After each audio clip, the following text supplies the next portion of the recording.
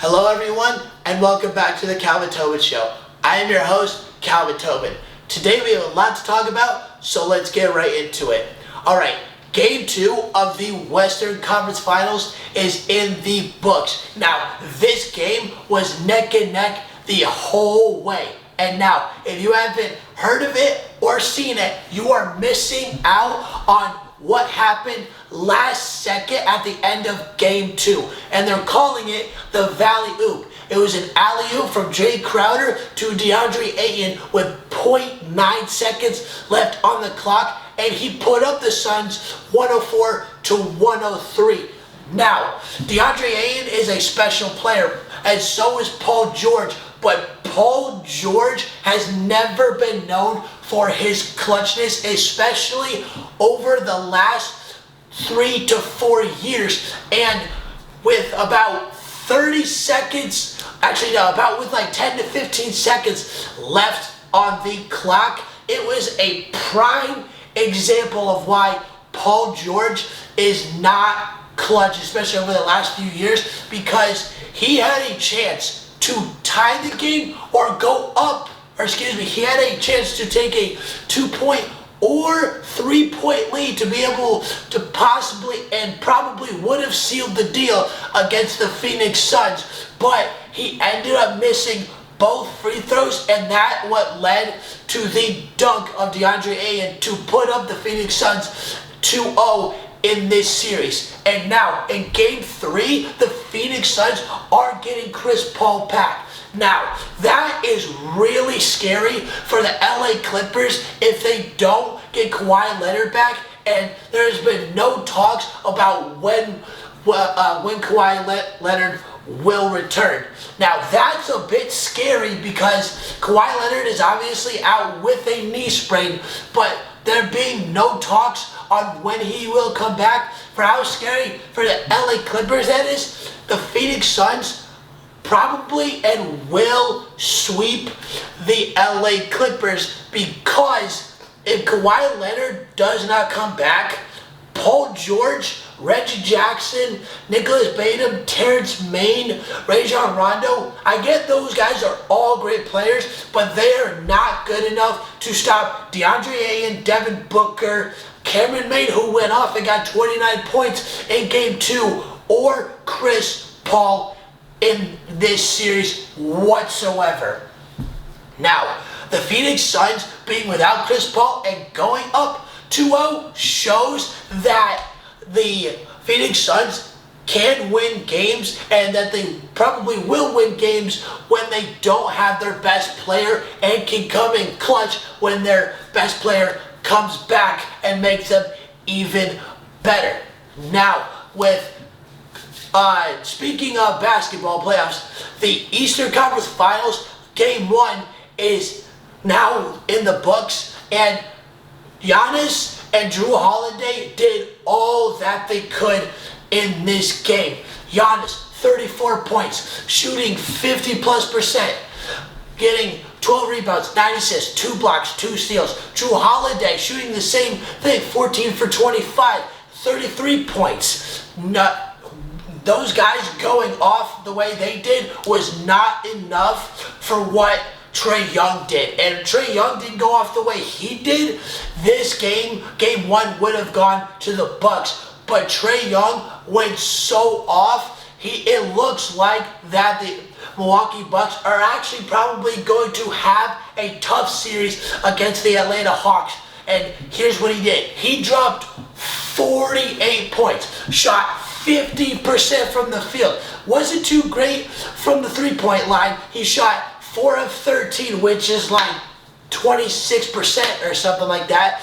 Not the best from 3, but he did have 1 3 where he shimmied on Giannis and made him look goofy and stupid, and just sunk that 3 in his face. Now, here's something that Trae Young did that nobody else has done, which is drop 45 points and 10 assists in his first conference finals game in their career. Nobody else has done that but Trae Young. Now that shows how special Trae Young is. Now, if Trae Young wins the NBA Finals, let's just say he does, he has the right to overtake Luka Doncic as the better player. And people are saying that if Luka Doncic was to win the NBA Finals this year, it'd be the beginning of possibly being the greatest player ever. And I would have no doubt in my mind, if Luka did that, that would totally be the case. But if Trae Young does it, there's an iffy right there where Trae Young might be able to have that phrase under his name, because Trae Young has been absolutely ridiculous throughout this entire playoff run. And the first time that Trae Young has ever been to the playoffs, he gets them to the conference finals. It could go even farther depending on how this series goes. And we will definitely see as the series goes on.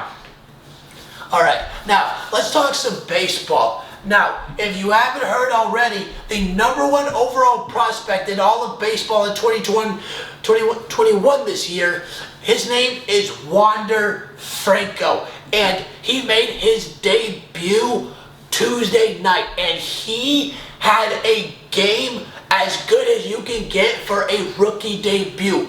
Hitting .500, 2 for 4, getting 2 runs, a home run, a double, and 3 RBIs.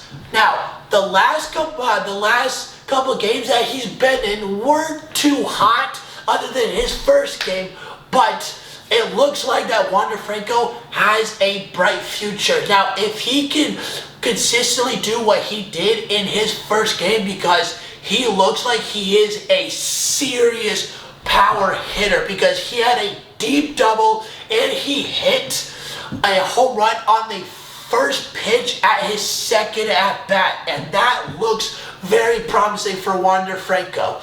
Now, as I said, if Wander Franco can keep up that consistency of what he did in his first game, the Rays are going to be that team who's going to be the scariest team to face this year, because now they got another power hitter. And Brandon Lowe, he's starting to get back up of where he used to be from last year.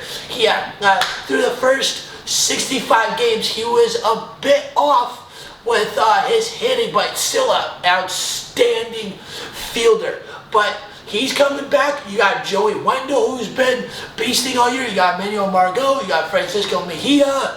And you got Randy Arozarena, who's the speed guy and a tremendous outfielder. And based on Wander Franco's first year and through his first 2 to 3 games, he looks like he could be an all-star fielder. And I can't wait for this guy's career to get underway. Alright, last but not least in baseball, if you haven't heard already, Yu Darvish broke the record for the fastest time to 1,500 strikeouts. Yu Darvish is a special pitcher based on that record. 1,500 strikeouts, that's just hard as it is for a pitcher, because batters are getting more and more talented, and so are pitchers. But in today's age, I can't tell who's better, pitchers or batters, because you got hitters hitting home runs left and right multiple times a game, and you got pitchers like Jacob deGrom, who is throwing almost no hitters every time he pitches and not allowing a single run. Because all of June for Jacob deGrom, he hasn't allowed a single run and has batted in more runs than he has allowed runs, which is ridiculous. But back to Yu Darvish. With him breaking the record of fastest time to 1,500 strikeouts, he is doing it in one of his best years so far, because he is having his second best year overall based on ERA with a 2.5. He also is averaging 7.5 strikeouts per game, which is absolutely fantastic. And he also has a 7-2 record, and he's and right now that's putting him in top 5, 6, or 7 to be able to get the Cy Young Award. in the National League. Now, we will see if he's able to overcome Jacob deGrom, but that is going to be very, very, very hard to beat to get that Cy Young award. But we will find out when the year's all wrapped up. Alright, that's the end of the Calvin Tobin Show. Please subscribe to my channel so you don't miss out on any sports media. And please follow me on Instagram at Calvin Tobin Show so you don't miss out on any sports news. And I'm out.